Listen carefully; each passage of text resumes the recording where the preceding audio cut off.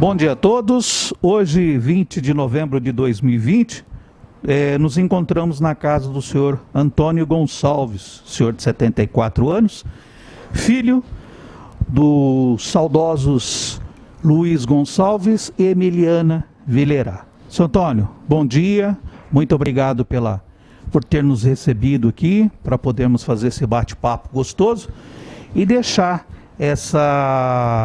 essa matéria registrada aí para as futuras gerações de Ubarana. Senhor Antônio, eu gostaria de perguntar para o senhor, aí num bate-papo bem descontraído, quando foi que o senhor nasceu, aonde foi que o senhor nasceu e como foi a vida do senhor na infância, junto com os pais, com os irmãos. Bom dia a todos, né, que estão aqui agora e aos que vão ver essa gravação no futuro. É um prazer imenso estar aqui participando deste projeto, né, onde eu posso deixar um pouco daquilo que conheço. Eu nasci em 4 de outubro de 1946, entre Ubarana e Santa Luzia, num lugarejo que tem o nome até hoje de Fazenda Rancho Queimado. Aí, em 1948, após o final da guerra, após a queda do café, a Ubarana entrou em decadência e meu pai conseguiu então comprar uma propriedade bem ao lado, aqui do outro lado do córrego Bocaina, onde nós mudamos em 1948 e ali permanecemos então naquela mesma casa, todos os filhos até saírem casados de lá. Então eu conheço Ubarana de mais ou menos 1950 para cá. Eu tenho lembranças de 1950, porque eu fui crismado aqui na igreja de Ubarana e eu que escolhi o meu padrinho, eu tinha 4 anos de idade. Então eu tenho lembrança de Ubarana, da sua história, né? A Ubarana, eu conheço ela desde 1950. O senhor estudou aqui na Ubarana? Sim, entrei na escola em 1953, sim, 1953, com 7 anos de idade, onde a gente vinha a pé, né, até a escola, que é o prédio onde é a prefeitura hoje. E naquela primeira sala que tem à esquerda, foi ali que eu fiz a minha primeira série. Uma professora com 42 alunos, e eu vim para a escola com um embornal de pano que minha mãe fez, com um caderno e um lápis. Coisa que eu nunca tinha pegado na mão até então, o lápis. Ninguém, criança nenhuma tinha lápis e nem muito menos o caderno. E chegando na escola naquele dia, a professora já deu-nos uma cartilha e começou a escrever na lousa e a gente tinha que copiar. Não esqueço nunca que a primeira coisa que eu escrevi na minha vida, no primeiro dia de aula, era apatanada. E nós tivemos que já fazer aquilo, eu e todos os outros alunos.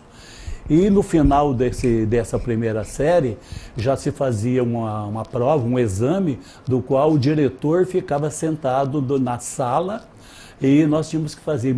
Todo mundo na época morria de medo do diretor. E aí para variar mais um pouco, para complicar mais, o diretor levava a gente, e 2 ou 3 até a diretoria, dava um livro na mão, mandava a gente ler 2 ou 3 vezes, depois tinha que ler em voz alta para ele, ele fechava o livro e você tinha que contar o que você tinha lido. E eu passei já do primeiro para o segundo ano, sabendo de cor até a tabuada do 6. Aí passei para o segundo, terceiro e quarto, com 11 anos, eu tirei o chamado diploma e fui para a roça no outro dia. Tinha loucura para estudar, mas isso era impossível, porque aqui em Ubarana não existia. E para ir para José Bonifácio, você tinha que sair daqui num ônibus, que saía às 6 horas da manhã e chegava às 6 horas da tarde. Isso era impossível para a gente conseguir estudar. E eu cheguei só até isso daí. Só que o que eu tenho muito orgulho do que eu aprendi naquela época, que eu tenho muitas coisas que eu aprendi naquela época na escola, que hoje é dito como coisas de engenharia, e que a gente aprendia de verdade mesmo. Infelizmente, o ensino nosso hoje está bem devagarzinho. Era 4º ano, né? 4º ano só até o 4º ano. Isso quem tinha muita chance, porque na maioria dos lugares, nem até o 4º ano tinha, era só até o 3º. Porque uma das causas do meu pai comprar essa propriedade perto de Ubarana foi isso, para trazer os filhos para irem na escola e poder ter até o 4º ano de idade, porque Santa Luzia não tinha e próximo à Fazenda Rancho Queimado, na fazenda que é do Márcio Garcia hoje, onde o finado Anjinho morava, tinha uma escola que também só funcionava até a 3ª série. E a causa então do meu pai vir para Ubarana foi para a gente poder, para os outros, meus irmãos mais velhos, poderem participar da escola até a 4ª série. Tá, e eu quero perguntar para o senhor Antônio também, como que era o Ubarana na época, senhor Antônio? Quando o senhor veio para cá, na juventude, começou a conhecer o Ubarana, como que era o Ubarana? A gente ouve muito falar também a respeito que aqui antigamente, eu não sei dizer em que ano, tinha várias lojas, tinha um comércio que o Ubarana estava se desenvolvendo. E depois, infelizmente, o Ubarana parou. Então a gente gostaria que o senhor contasse um pouquinho dessa história para nós. O que eu posso falar a partir de 1930, que o Ubarana estava no auge do crescimento. É lógico que eu não vi a história que eu ouvia das pessoas de quando eu era pequeno e aquilo que eu vi em Ubarana, que foi o resto, né, que sobrou dessa época do progresso. O Ubarana era tido como maior do que José Bonifácio, tinha melhores lojas do que José Bonifácio e estava num crescimento muito grande. Portanto, eu conheci aí 10 ou 15 casas enormes que foram lojas da época, inclusive ali onde foi do Severino, que foi desmanchado, ali era tido como um shopping, porque você chegava, iniciava-se pela padaria, sorveteria, lojas de secos e molhados, que se diziam na época, tecidos, calçados, implementos, né, agrícolas na época, que era tudo animal, armas e munições, e o açougue do outro lado, e no fundo ainda tinha a serraria. Então o Ubarana estava num crescimento enorme. Aí com a queda do café e com a guerra, depois de 1930 até 1945, foi que veio a decadência e as lojas acabaram indo tudo embora, ficando apenas os prédios velhos, que até hoje ainda existe alguns em Ubarana, mas a maioria já foi demolido e foi feito novas construções. Então eu conheço o Ubarana com esse nascimento. E outra coisa, o Ubarana também teve outras chances de crescer, além dessa daí.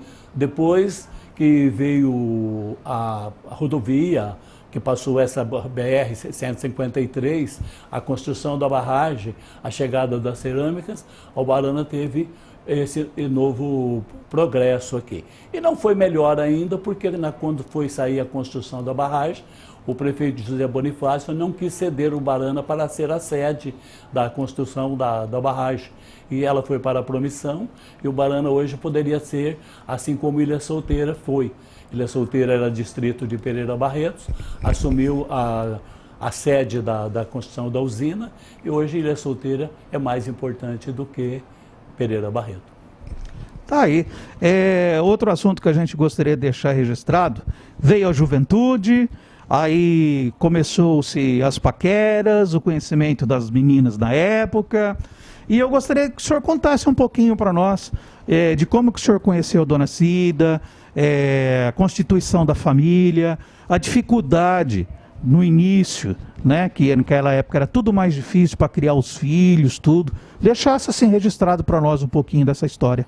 Então, o Ubarana, em primeiro lugar, não tinha energia elétrica. Tinha um motor, um gerador a diesel, né, que funcionava das 6 até as 9 da noite durante o meio de semana e no final de semana até as 10. Então. E diversão era quase que impossível.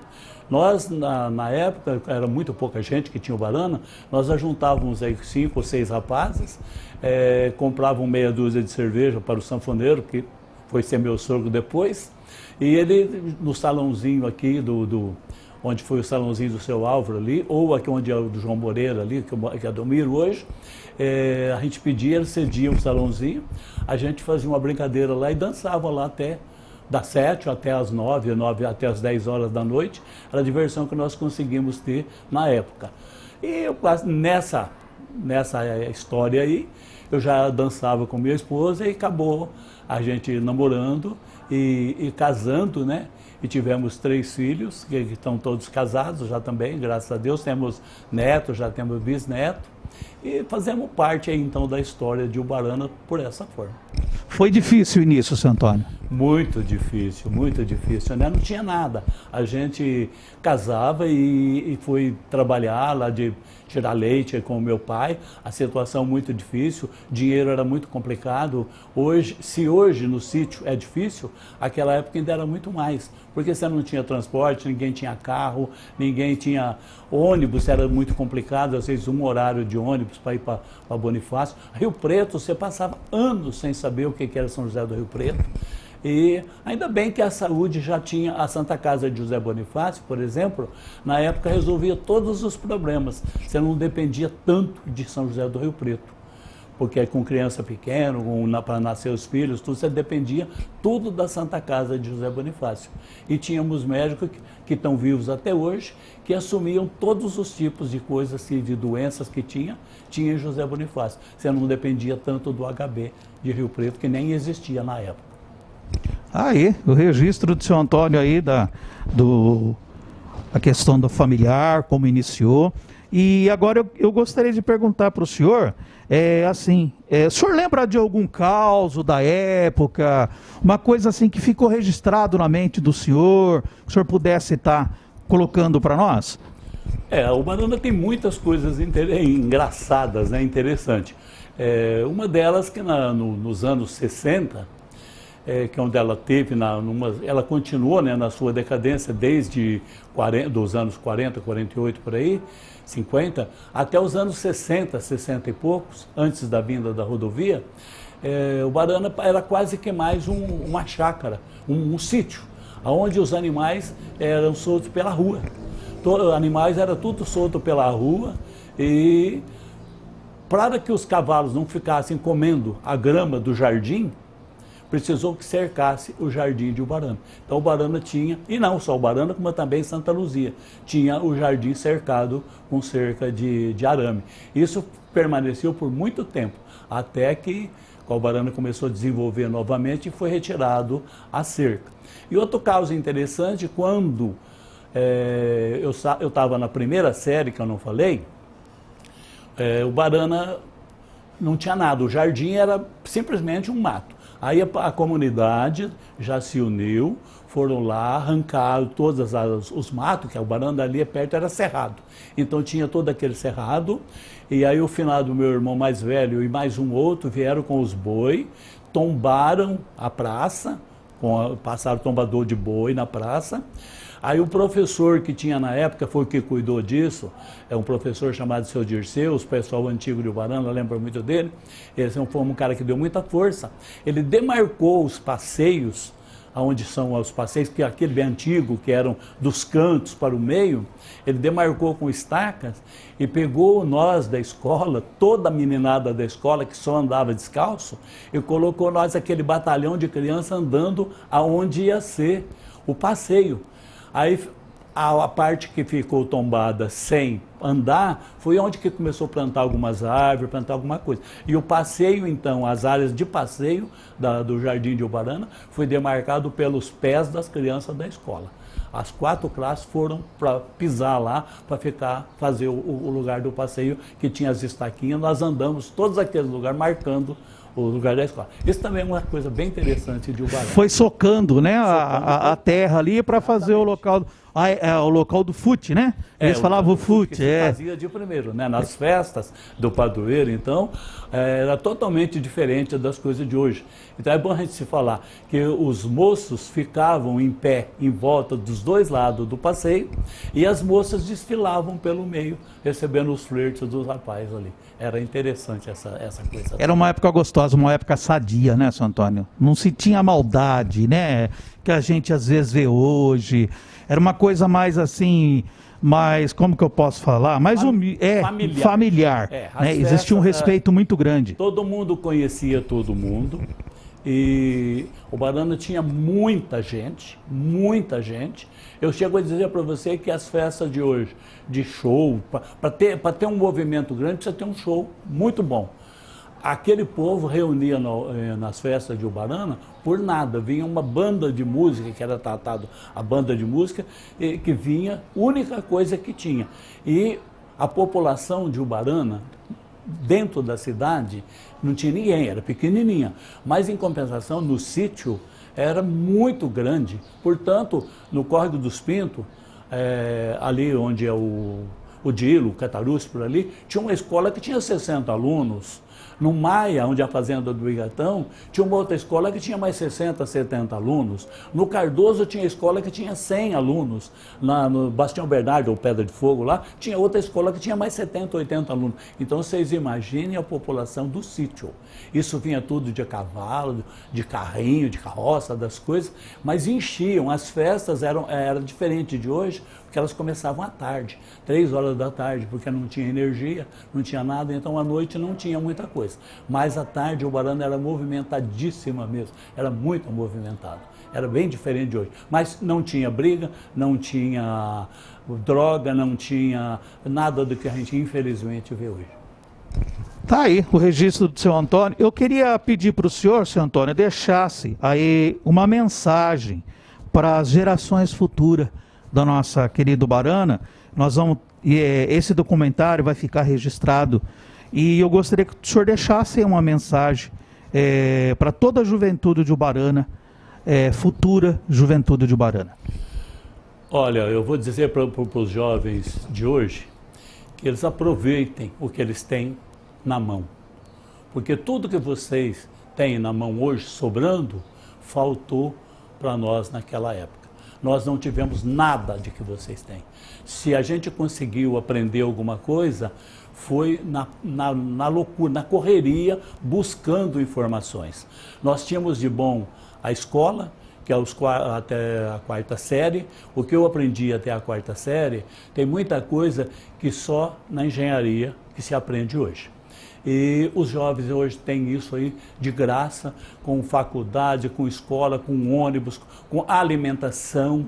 Nós vínhamos para a escola de segunda a sábado, trazendo o seu pedaço de pão feito em casa para comer na hora do recreio. Não existia sopa, não existia merenda escolar, não existia remédio na escola. O remédio que aparecia na escola era o remédio que começou a aparecer depois de um certo tempo, os vermífugos e as vacinas. Os vermífugos, porque todas as crianças tinham no mínimo 5 espécies de verme. E começou a chegar na escola, fechava-se o portão e dava uma dose de remédio de verme para cada criança e ele ia embora. E a vacina a mesma coisa, começou também com aquela vacina de revólver, que aquilo é um terrorismo que era com essas crianças. Então nós passamos por tudo isso. E nós aprendemos alguma coisa, eu e outras pessoas do meu tempo, buscamos nos informar através de livros, através da história, através da Bíblia, que eu com 16 anos passei a ler a Bíblia, que foi até então a primeira que eu consegui emprestado, porque não existia, ninguém tinha. E aí a gente começou a frequentar a igreja, frequentar os cursos. Eu fiz curso de parapsicologia, 2 cursos de parapsicologia, fiz curso de fotografia, cheguei a ser fotógrafo profissional com curso por correspondência, que não existia nada disso aí, tudo totalmente diferente.